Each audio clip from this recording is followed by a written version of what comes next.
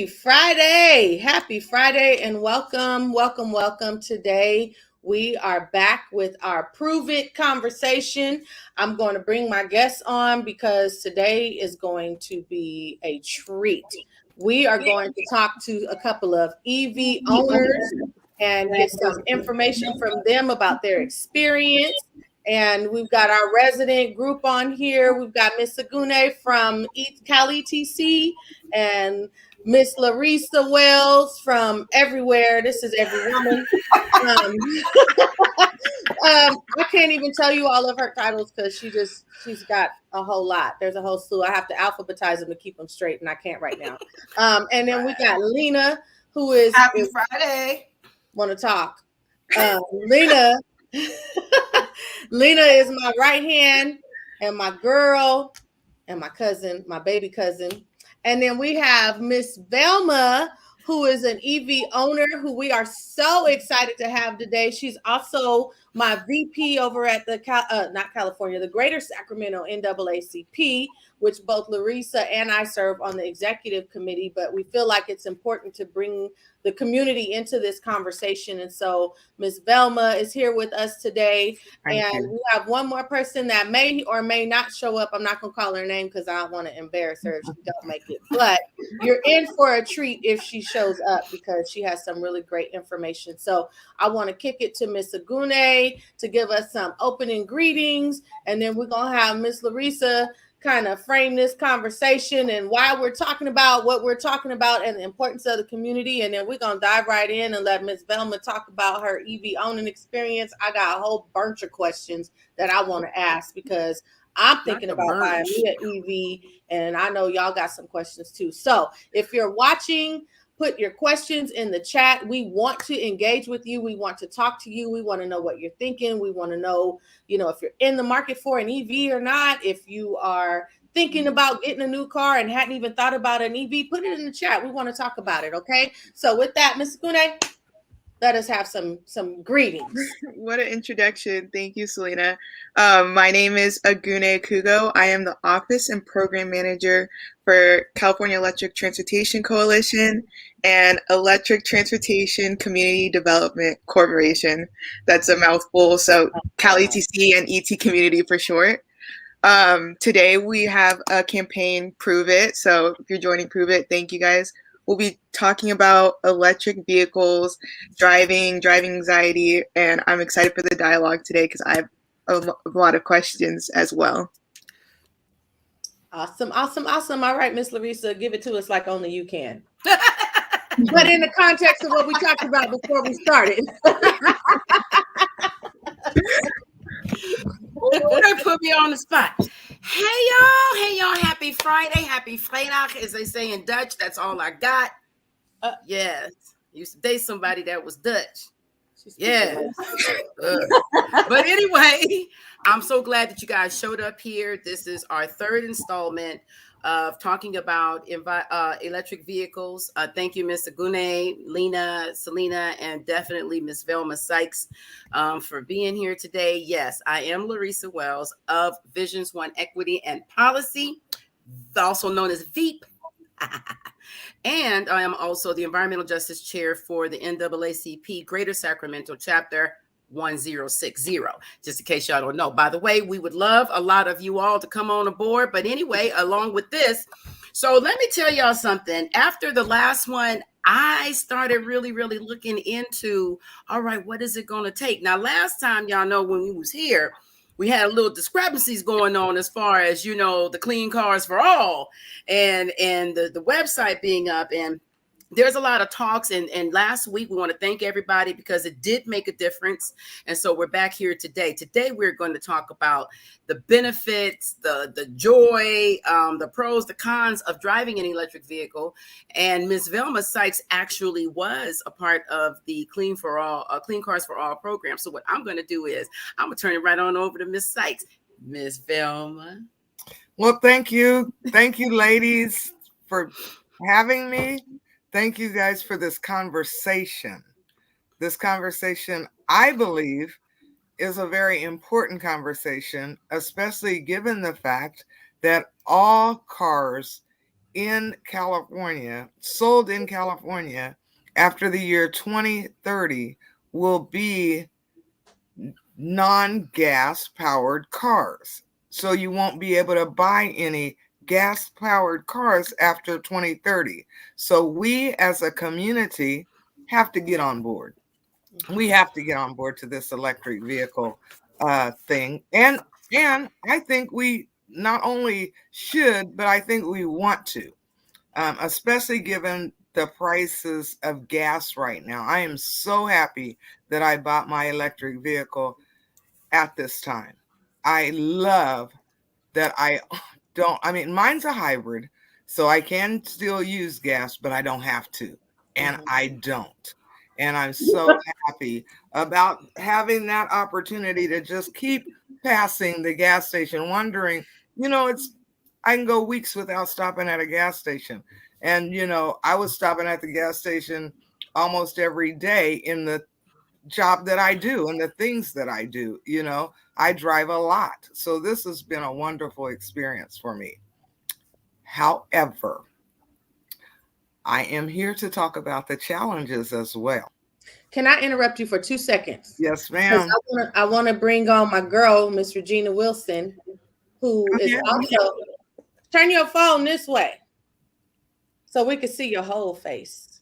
There she goes. That's my girl. Regina's also you're on mute. Whatever you're saying is smart. I know it is. Sorry. I know. No, it was. I'm not in my office. I'm so sorry. It's not dressed, and I know.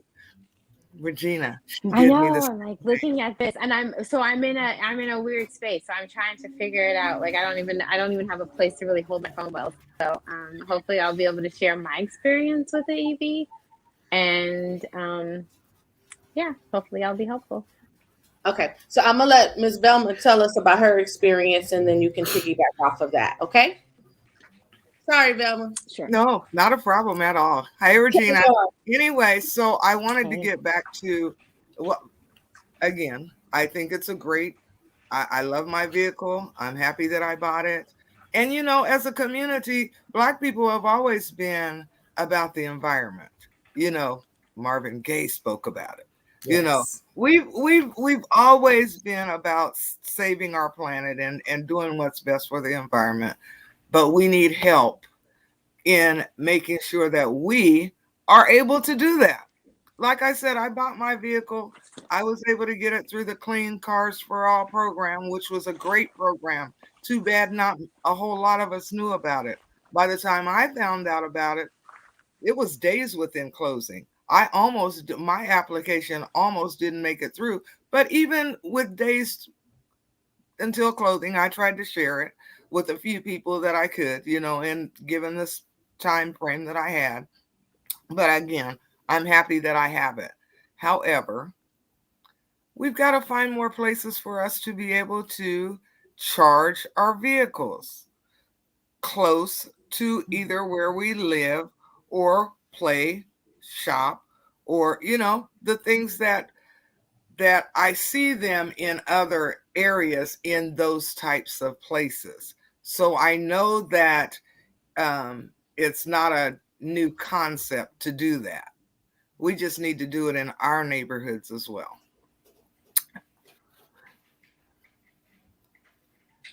So that's my say. I definitely agree with what you're saying, and we've been having those conversations because it's like, well, if you do purchase an EV and you don't live in a home where you can actually install a charger, then where do you charge the car? And so, that, and then these programs that have been implemented for the community to be able, for low income communities to be able to take advantage of them, and then the low income communities aren't really taking advantage of them because there's the access to the information is lacking, which we talk about all the time. Outreach is lacking. It's not targeted. I know Regina is the executive director of the California Black Media. How many phone calls have you got about doing outreach for this kind of thing? Velma, you have a marketing firm. How many phone calls have you gotten about doing a targeted outreach for this program? And so, I think there are some serious flaws with how we implement programs to benefit low income communities, or I'll call it under resourced communities. That's right. And then they expect to say, well, they're not taking advantage. Well, how? We don't know about it. You That's got right. a whole director of a newspaper conglomerate, several newspapers, where the That's Black people are. You got a public affairs person who's, does outreach to the whole state, and you didn't know about it. When you found out about it, you told a couple of people, but the program was closing, and for then free. another issue for free. So I think that you know, we got to get real. When we're talking about programs and wanting the community to participate, we have to get real about it, and we have to be put your money where your mouth is. You know what I mean? Gune and I mean, you can jump in if I'm saying something wrong, because I don't want to Yeah. misrepresent. And Selena, can I Yes. say that especially when the programs are so beneficial, we need things like this. I've saved so much money by driving an electric vehicle. Yeah, we did the numbers on what I currently pay and what the savings would be. It was something like $8,000, right, Aguna? Do you remember? Yep. Like $8,000. I'm like, I am losing right now. I want to win like Thelma. Right. So I want to kind of jump over to Miss Regina, because Regina, this is my girl, y'all. Regina's rolling around here. Regina calls me one day and said, "Hey, let's go to lunch." I said, "Okay." She said, "I'm gonna pick you up. I'm gonna be in front of your building in 2 minutes." So I went downstairs and I walked outside, and up pulls this Tesla, and I'm looking like, "Is that her?" I tried to get in the car, but the door it don't have no handles on it. So I was like, "Am I supposed to blink myself into the car? Like, how does this work?" Not And to then blink the self. I blinked myself into the car, but when I got in the car, I was like, "What is this? This is a spaceship. This is ridiculous." So, Regina, tell me, because my experience of riding in it was overwhelming. I think that's the best word I can use. But tell us about your experience as an EV owner. I'm being facetious, but I mean, I really want you to just tell us about your experience as a EV owner, a Tesla owner, and what are some of the benefits and the challenges you see, and then the overall picture of the availability to the community. So I've been a Tesla owner since 2013. It was really my husband's, I think, 40th birthday, kind of like, I'm buying something and I'm getting something for myself. Every car he had, I've taken from him. And so he had a BMW. I ended up being the one driving it. He bought a Tahoe. I ended up taking the Tahoe. So then when the Tesla was an opportunity for him to buy it, or for us to buy it, that was like, okay, this is my car, and I'm driving back and forth to work from Stockton at the time when he was working in Stockton, and so it made sense for him to drive it because I was at home with the babies and worked from home. I will say that my experience with the Tesla has been like a really good experience. Um, it's there's been a couple of times of oh my God, are we gonna make it to a place like we nobody on this call. We had a PG&E invited some of the Black media to come out to a baseball game to kind of look at the Wrigley Field in San Francisco. But they had us come out and look at the baseball field and wanted to look at some of the eco green things that they were doing. And on our way to the trip, we didn't have time to charge the car. He was coming from work, and we didn't have time to stop. So we were late getting there. He was like, "Oh yeah, we'll make it in time." We had 8% left. And we went to this hotel thinking that it was enough, or maybe it was like 15 or 20, maybe it was 20%, maybe I'm exaggerating. Anyway, it was very scary. Felt like 8%. We went to a hotel, found a charger, and I don't know why they did not at this time have fast chargers in San Francisco, like proper, but they didn't have anything proper San Francisco, which was just crazy to me. And so we had to end up going to, like, I could be wrong if it was like Daly City. I don't know. It was someplace far enough where we had to go out of our way to be charged. So that was probably our worst experience. And one of my experiences, like, I'm going to keep a gas powered car because I know how I am. I have not trained myself enough to be disciplined. But if if you have all the precautions in place, like you can charge overnight at home, like, I was able to today take him to the airport, come back home. I plugged it in, even though like technically you shouldn't be charging. Like we usually charge overnight so that you get the best rate. But I was able to charge, and by the time I got back in the car, was at I think he had it set at 198 or something like that. So then I was able to take my kids to school, and then Selena knows I was on this call late because I had someone break into my car, and I had to go. And I wasn't going to chase them down, but I had to go to the gas station where some of my information was used. So that's why I'm late. So sorry, I'm being Perry Mason right now. But I will say that I do think that people may be deterred from like breaking into Teslas or electric vehicles. I did hear, like, I've just been learning a lot about, like, from living in Sacramento and then now like being in the Inland Empire. I'm from here, but I feel like I'm coming back to a place of, dang, I was living in Kansas City, like where my son said, we need to move to a place where everybody knows our name and we could be in a safe community.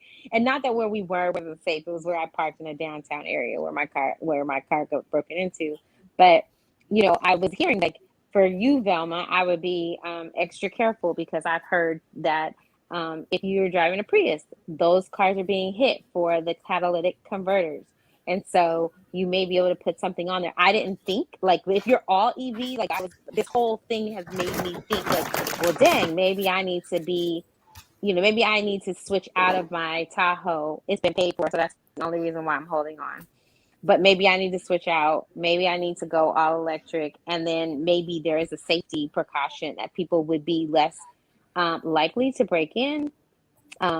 Less determined to get the parts for certain things. I mean, I'm sure that it might switch to something else, but I think the high tech stuff will make it harder for people to do that. So my experience overall, though, has been, it's been a pleasant experience, minus the, you know, minus the thoughts of, oh my goodness, where's there a place, like you said, Selena, where you can go charge, and making sure that you can charge. I'm still scared because my behavior is one that I'll forget to charge. Like I did my phone. I need to see what my phone is right now. My phone's probably at 50%.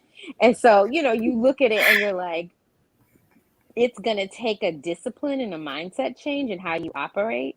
It's going to be harder for people, possibly mindset wise, like just having to overcome the, am I gonna, like, if I'm driving in a community where I'm coming from the Inland Empire, for instance, I'm just using that as an example because that's where I'm stationed right now, and I have to drive into LA, the EVs are getting higher, they're getting higher range.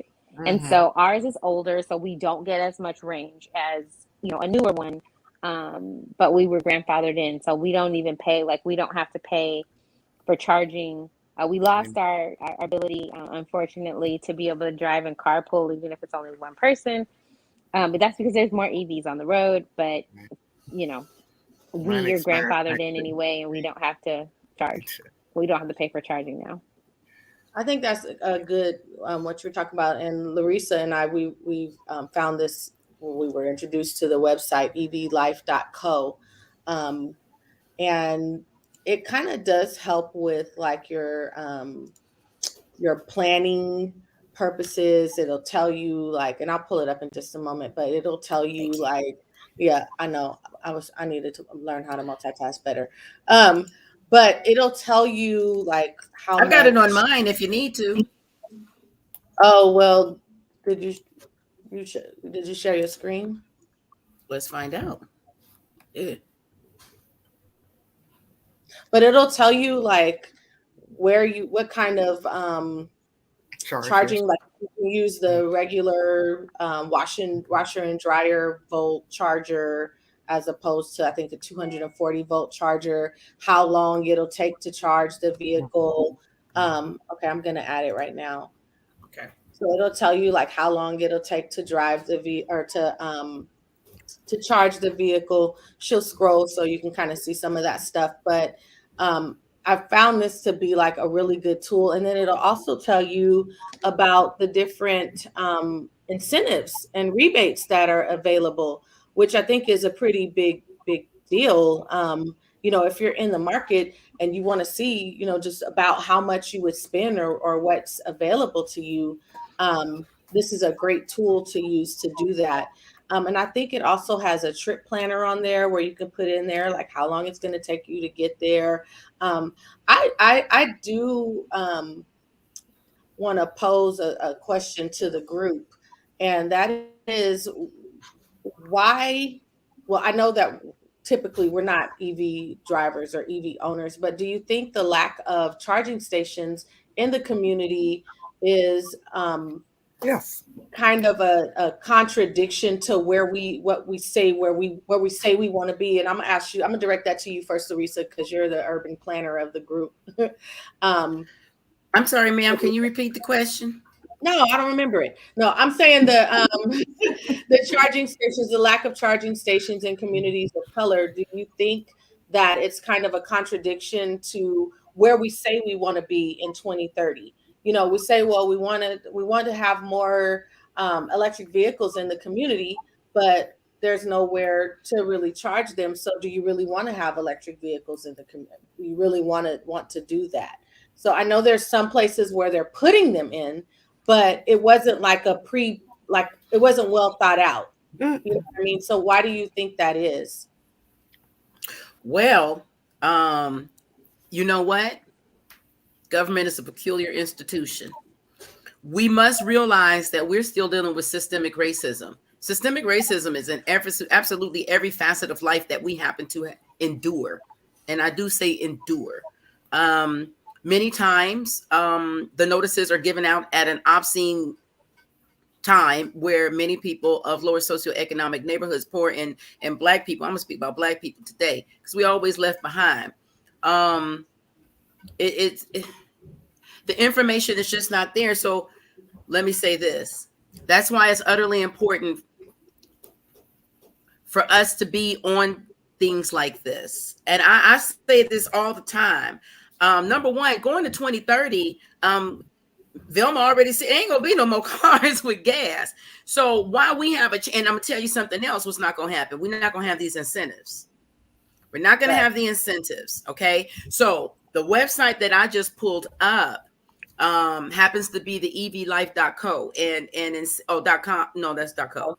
And what I noticed is if you make over $50,000, so if you make under $50,000 a year, you have more incentives. Let me show y'all how that, well, do we have enough time? We have about 7 minutes. But if you go in, there is a section on here. Let me just pull my stuff over here. So there's a section on here. Right here, it says use your EV incentives of $15,501. Wow. Right. So with your climate loan, your car actually comes out to be $20,000, which is about $370 a month. Now, let me just show you. Now that you can use that as a down payment. Also, if you have a car that's 2006 and under, like me rolling around in that 2001 Oldsmobile Laro, they don't even make no more. Don't judge me. Not good. No judgment. Don't judge me. There's Blue Thunder. Okay, there's Blue Thunder. She got a couple of clouds. That's that missing paint. That's the clouds. That's Blue Thunder. Okay, but if I turn it in, I can get up to $9,500. That's what I did.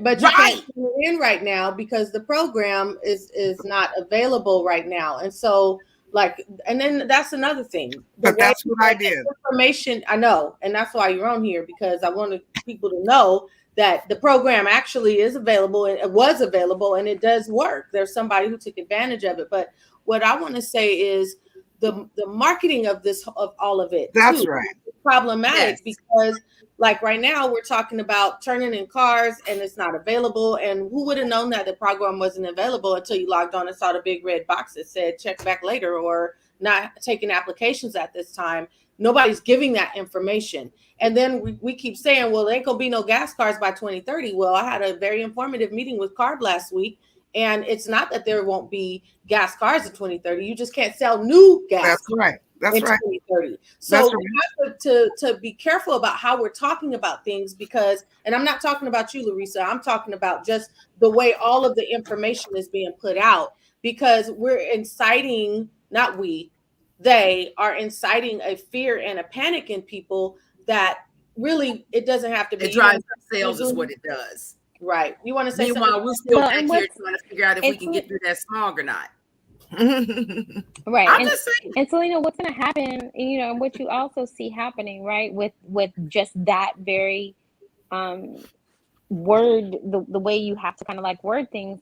I mean, you hit the nail on the head. Like people have to make sure that they have access to the information. We know that they don't. We know that there hasn't been a really, really good job of people making sure they get it. Now, I get press releases all the time, so maybe not about this program, but there's more because the government has so many programs that are targeted at our community.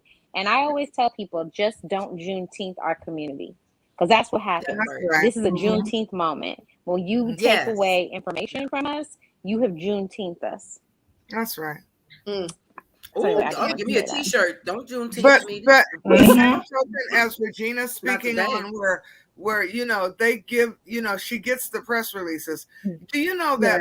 But I mean, but like I should be able to be contracted with to give press releases to our community in the context Well, of explain which it to me. we can understand Right. it and be drawn to it. Because if you're just throwing out some information about something and it doesn't appeal to the person that you're trying to reach, should be, you know, if you're really trying to reach us, that It's a black family on a flyer written in Spanish. Oh, I can't right exactly. now. Just drop you the know, mic. so The hell? we, you know, corporations That's and how I feel about companies that. have to do a lot better at helping us help them. Yeah, because at this point, people don't even believe it. And I was just driving around. Selena, remember a couple months ago how we were talking about the new gas station on Florin, the new Arco they were building right next to the old one. So there's two right next to each other.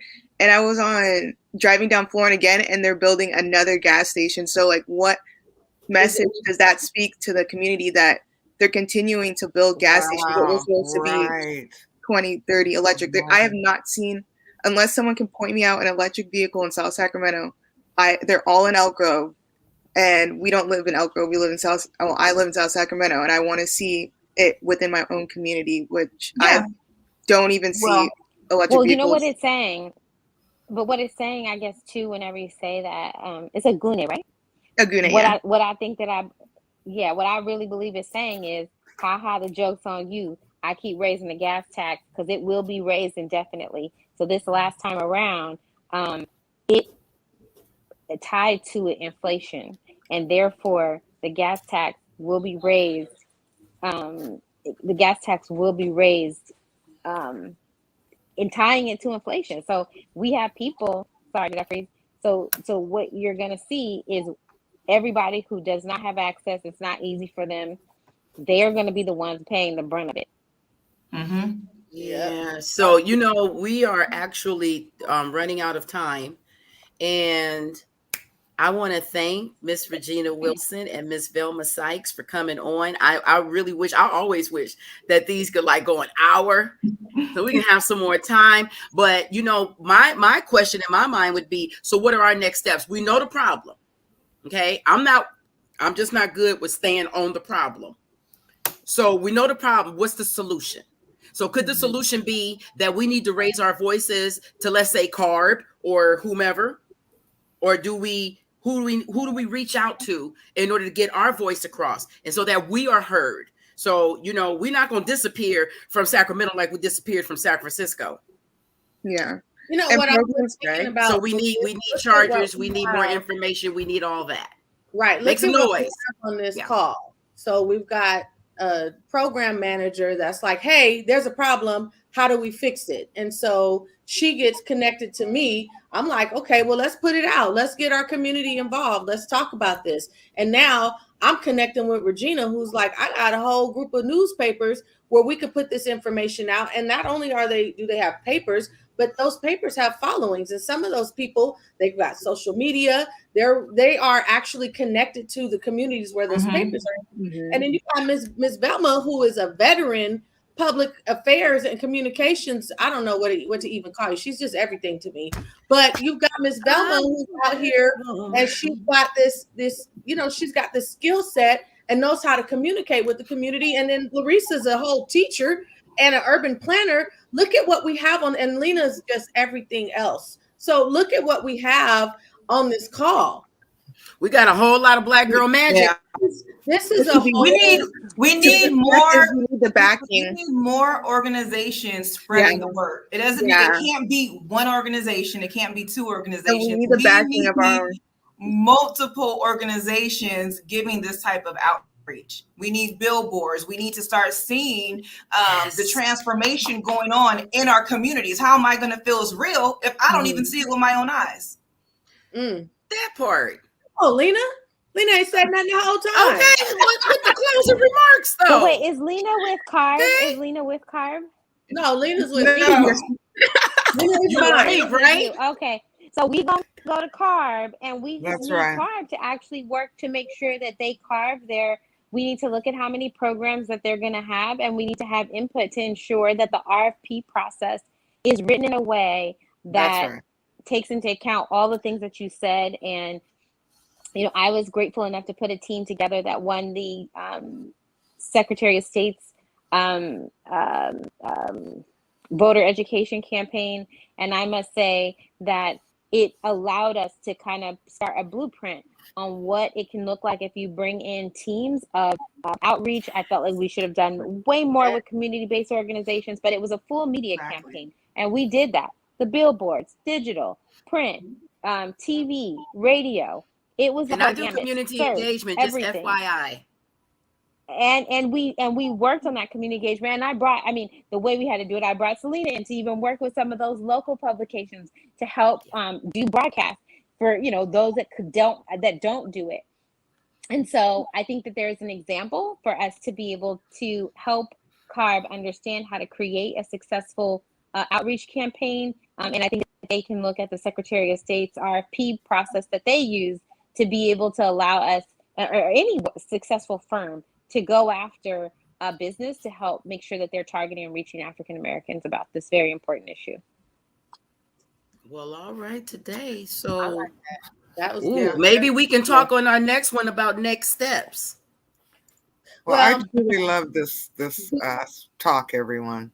I think we should talk about a lot of things. We should. We absolutely should. We absolutely should. And I really want to thank Agune for her vision to include the African American community in the conversation, and just her desire to make sure that we are educated, because it starts with one person. It just takes one person to say, hey, I want to see this change. What can I do? And even though it may seem small, we actually reach 1,200 people, at least 1,200 people every time we do a broadcast like this. So even though the numbers, it seems like we're not doing much, that's 1,200 more people that didn't know that this actually existed. So we're 33 and people talk to other people, so that could really turn in. That's really like 36. Yes, if you ask me. You didn't ask me, but No, all of that's how it works. That's exactly how it works. Yes. That's right. Yep. So y'all tell somebody, whoever's watching this, y'all tell somebody, come on back up in here 2 weeks from now. Okay? We got some more to tell y'all. You need to know. Oh, we got a question. Hey, Devin, thank you for asking a question. We're your question, Devin. So he says, how do you think we can bring more EV charging stations to Black communities? That's right. How? Well, you guys listen to this. I heard a conversation how the county is talking about looking into, because there's, we live in multifamily dwellings as well. I just bought a condo in a multifamily dwelling in the Arcade Arden area, and there are there are a whole lot of apartments around here as well, and we live in those. And so part of the incentive program I could even get a free charger if I lived in a home instead of Yes. where, because they can't put it in my garage, my parking garage at my multi-family dwelling. So that is an issue. We've got to figure out how we're going to address us owning EVs and living in multi-family dwellings, or like the gentleman said, Black communities. We can It put is in them policy. we can put them in parks like they do in Elk Grove. We can put them. We can put. They got them in parks, y'all. In Yeah. Elk Grove, they do. In I Elk go Grove. to Elk Grove and charge my car sometimes in a community park, and they have them in retail spots like Target. That Walmart, yeah. But guess what? The ones in Bel Air and Rayleigh's don't fit my type of car. Right. It's for a Tesla. Whoa. In Rayleigh's? I don't have a Tesla. I have a Prius Prime, which has a J. Don't they have a? Do they have an adapter? They don't have an adapter. I can purchase an adapter. I have the adapter that you charge into, like, you know, if I were to do it at home, I would have something to charge into my garage. But I live in, like I said, I live in a condo. So I don't have that capability to do it at home. I have to go to a charger. But it's hard to find. If you don't have a Tesla, it's hard to find a charger in all places. So since you don't have but don't, a this is no charger at lie, home, just so we say it again. I want to say this too really quick, because I mean, the Tesla charging station, yes, they have the technology so that you can, you know, click on this like lightning rod and you can see it, and more charging stations are coming on board. I think being able to look at a private company like what Tesla has done and be able to figure out how to mimic that in the state, I think that's a policy thing. Watching what Tesla has done and getting other EVs to come on board doing something really similar. And I think that that's in the works. I think that they're looking at how you don't take gas stations away, but you figure out how you say, hey, we'll put a charging install station EV on here. stations. And I think that those conversations. But Regina, and I think those are the most logical points, the point of that's true. You know, places. But you know, the problem is how fast you have to charge it. Like, so that's why for me, you know. So you have that L2 and that L3 is what you're talking about, right? But Regina, but what I'm speaking of, because what I do know that I see where they have the Tesla charging stations that are branded, Tesla branded, but I'm not speaking of those. I'm talking about like the EV Go and the charge points and where they're located, which are there are some in our neighborhoods, but those are for Teslas as well, the ones that are in our neighborhoods.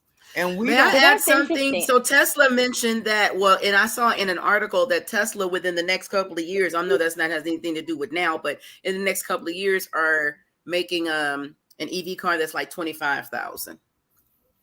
Oh, really? Yeah, I saw that. They're going to make one like more affordable, but like, that's not the point. EV should be affordable to begin with if they're going to make us transition to this.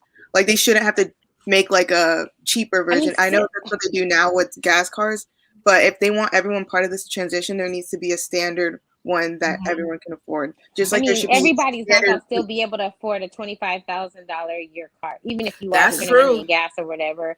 $25,000. I mean, for my Tahoe, this is why I'm not getting rid of my Tahoe. My Tahoe was $50,000 in 2007. It is paid off. Guess what? I don't have a car note. And yes, I'm paying for gas, but I don't have a car note. And that's how people, you have to think about how people think. That's right. People think like, I'm going to run it till the wheels run off. Because why? Because I don't have a car note. People don't like having bills like that. If you can shave a bill, you are really happy about shaving that bill, because everything else, and don't get me wrong, I get well, it's going to be cheaper because you're not going to have as much gas. People like to see instant. Like, you never, like, when you go and you do something on sale, right? And you say, okay, I'm going to go on sale. The whole trick of mail back in the rebate, and then we're gonna send you back a check in 12 or 13 weeks. That's not exciting for people. Yep. People want to Did see you the say payment right 13 now. They're not gonna do it. Pay my Not stuff at all. now. Not at all. I got a They good want to see question let me the for tell you. payment right now. That's right. And let me tell you, the only reason I got rid of my gas powered car that was paid off and I didn't have car payments was because it was very, very old, and I got that incentive Is where that low key shade on my car? I could no, mine was older. Oh, okay. Wait, I have a quick question about your charging situation. So you said you were having a hard time finding a charging station. So do you have to leave your car and charge it somewhere for so many hours, or what do you do? I'll tell you what I do. It's so inconvenient, but I've made it part of my lifestyle now. So I can go to the mall and I can put my car on the charger for 2 hours, and I can walk around the mall, which I get exercise, or I can have my dinner or lunch, kill two birds with one stone, or I can just sit there for 2 hours until my car charges. But that's what I have to do now, which fortunately is not as far from. And I can tell you, yeah, we need to most continue people this will not. conversation. Yeah, I know we need to continue. Most people are not going to do that. That's why the Tesla at the time was so appealing. I mean, I'm 25 minutes, 30 minutes, and I mean, maybe 45 minutes, and I think maybe, I'm at full charge. Most people are not going to if we don't make it more convenient, then you're not going to get people doing it. Right. I want to add one more thing before we go. This is why we're doing this. Because so Devin, to answer your question, how do we think that you can bring more EV charging stations to Black communities is we have to work to change the policies, right? Yes. We got to have conversations like this, talk to people who are actually in the community, get their feedback. It's like, okay, well, wait a minute. You to apply for rent assistance, but you got to have an email. Well, I don't have an email, so how do I do that? Wait a minute. People who write the programs don't know what the issues are in the community and what the challenges are and what the barriers are. And so that's why we have to continue to have these conversations. We've got to continue to empower the community, give them the information, keep you guys informed, and give you guys platforms to be able to express yourself and say, wait a minute, this is a problem for me, and here's why. Because they're not taking these things in. When they're sitting in these meetings, and I've been part of them, where they're sitting in these meetings, and not recently though, because I will definitely speak up now when I was younger. But when we're sitting in these meetings and they're coming through and they're, bringing these ideas to the table, they're not thinking like, okay, well, maybe you don't have an email address, and so if you're requiring an email address to apply for this program, you are now ineligible. Or if you have to have filed taxes. Some people ain't really filing taxes. So how are you going to use that to verify what their income? You got to have another way. But if you're not allowing other means to verify income, then the people aren't going to qualify. Like breaking down those barriers to entry. Exactly. So that's my answer to how we can bring more charging Which stations. would have been a barrier for the Clean for All program as well, because of the tax. You have to be able to provide your tax return. And at the time that I applied, the government was shut down. So we didn't have 2019, I think it was, tax returns yet. So I had to get a tax statement off a lot. All these things that we're not always going to do or be able to do. But I did it because I wanted that $9,500 and I wanted to salvage my car and get a new car. Didn't know I was going to have as large of a payment, even though I used that $9,500 as my down payment. There's other systemic racism that even the car dealerships use. So, okay, so this is very true. So what I want to say, and I don't know how much more time we have left, and I know we all have a lot 15 minutes to say. over. Yeah, negative 15. Okay, well, y'all just let me know. So what I want to say is, number one, we're never at the table, okay, when the menu is even being prepared. We're not there. We're there in the afterthought. And so at some point in time, we have to understand that we the people. It stopped right there. We the people. And so we have more power than we believe that we have. And I think many of us shy away from some of the things like city council meetings or whatever. So, when there's new development that's being built, that is a great time to go down to your city council and the planning commissions and whatnot and say, hold up, we need some EV charging stations right here with this new development. Let that be part of your impact fees, or like you have to have 10% of low income apartments available. You also need to put some chargers in there because by 2030 we're supposed to be out of it. So it's a lot of conversation we would have. But let me also say this: it's very difficult to send some people out there that don't have just the basic information. Mm-hmm. It's right. Very difficult, and it's a lot for us to ask if we have the information, but we're not sharing it. And I have come across that sometimes because we think sometimes, let me just keep it solid, that if I tell you this, then it's going to take away from me. Yeah. And no, Right. we can no longer think like That's that, because right. what's That's happening is we are indeed being left behind. So your better question is, how can Black communities make money from the expansion of EV charging infrastructure? Well, that's a longer conversation.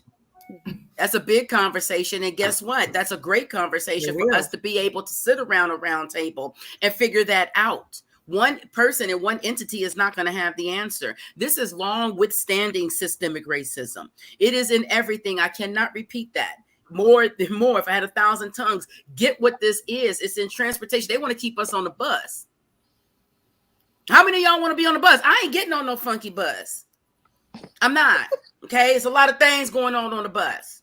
Okay. Too fine for that. But what I'm saying is all in all, shoot, I am too fine for that. Bump that. I ain't getting on no bus. There's nothing wrong with buses though. I think I ain't getting on no when bus. you got to share space and we're in the middle of a pandemic, it's unattractive. That's the part where you say, I'm an urban girl, I'm an inland girl, so I've always been in a car. I want to stay in a car. It's just my nature. It's always, if I want to get up and go, I do not want to have to look at a bus schedule.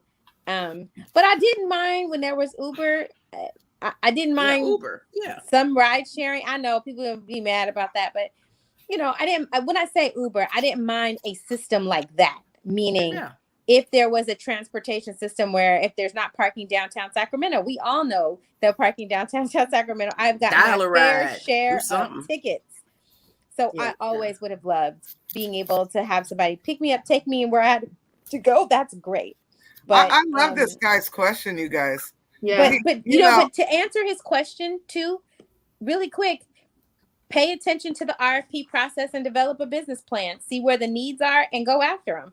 I mean, there's nothing precluding you and stopping you from looking at how to make money from it. I think you have to be paying attention to what everybody has already said, the direction and the trend. Get caught up on whatever piece of that you feel that you can create a business and start going after the business. That's how you make money off of it. I would say marketing of your local utilities. And even bigger than that, there are organizations doing that. Look them up. Find out how they're doing it. We have a young man that's put in a charging station in Del Paso Heights right now. It's being developed right now so that we can make sure that they're in our communities. Look that gentleman up and find out how he went about. Well, what's his name? Well, I'll tell you the name of the company. It's What's Green the name Tech. of the company? It's Green Tech. Green Tech. Oh, Green Tech. Oh, that's right. So he's putting in a charging station over in Del Paso Heights. He had to get funding from somewhere. He's putting it in a Black community. That's the kinds of things we need to replicate and do for ourselves, because we can. And this young man, maybe that's what he's looking for, to, and find out not just Green Tech, but others throughout the country, I'm sure, are doing the same thing. But, we got to teach each other how to do what we're doing. Yes. Well, I'll tell you, to Aguna's point, she was saying connect with the utility companies. Some of the utilities are working on this. Well, I was part of a meeting and they said, we want to engage the Black church. And I said, that's great. I know a bunch of Black churches that would love to do this. But are you going to pay them? That's right. How you're going to use the property? Then you need to make sure that you have the resources there. Right. Is it going to be some security guards? Are you going to put fences around? Are we going to make sure the lighting is proper? These are things that we need to, they definitely do need to have places in the community to be able to, to put these places. So we have to leverage that. We are Right. 19 minutes over. All right, So, good. we're not going to have no last words. Thank you guys for joining us. This has Thank been a you. great conversation. We'll see you in 2 weeks. And with that, happy Friday. Have a good weekend. Bye. Bye, y'all. Bye.